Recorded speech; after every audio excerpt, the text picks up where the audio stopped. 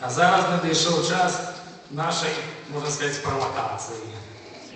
Справа ў тым, што вось гэты кубак называецца «Браціна».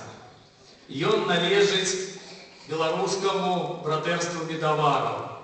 І варыць мёд, і рабіць мёд, пітны мёд – гэта вельмі унікальнае майстэрства.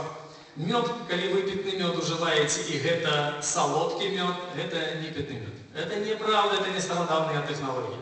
Сёння в зале прысутнічае чалавек, адзін з кіраўнікоў беларускага братэрства медавараў, які здолеў аднавіць старадаўні рэцэпт сухога, сапраўднага медовага віна, сапраўднага сухога пітнога мёда.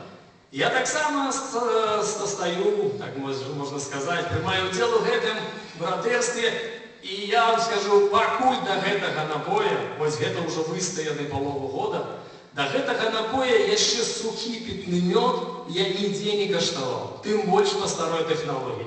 Наколькі унікальны напой, наколькі смачны гэты напой, гэта сухое медовае віно, вы самі пакаштуеце. Але спачатку давайте павітаем аўтара гэтага напоя Дениса Филимонова. Дзе ён у зале? А вон ён дзе засеў, усе самі.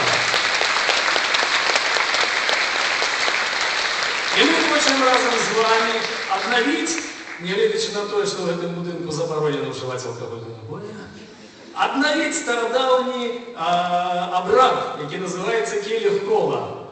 Вось бачыце, першы прыйшоў, хто на браціну. Справа ў тым, што гэтая браціна павінна пускацца па колу, і зараз мы адхлебнем на сцэне. Таксама унікальная з'ява, распіцце на сцэне. Не боишься?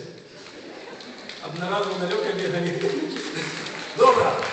Итак, шановні сябры, мы зараз адап'ем і пустім браціну па зале, пакаштуйце гэта унікальны напой. Покаштовали, и зараз хочем это зробить з вами. Денис, братэрства Святого Василя, братэрства беларускіх медавараў імя Святого Василя. Вы, шановныя сябры, наши продкі, гонар мною пералічаным усім.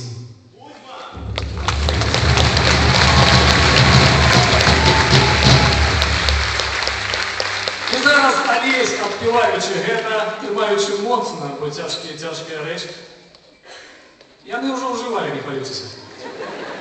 Ён перадаць, перадавайце, калі ласка, па шэрагу, паміж шэрагамі.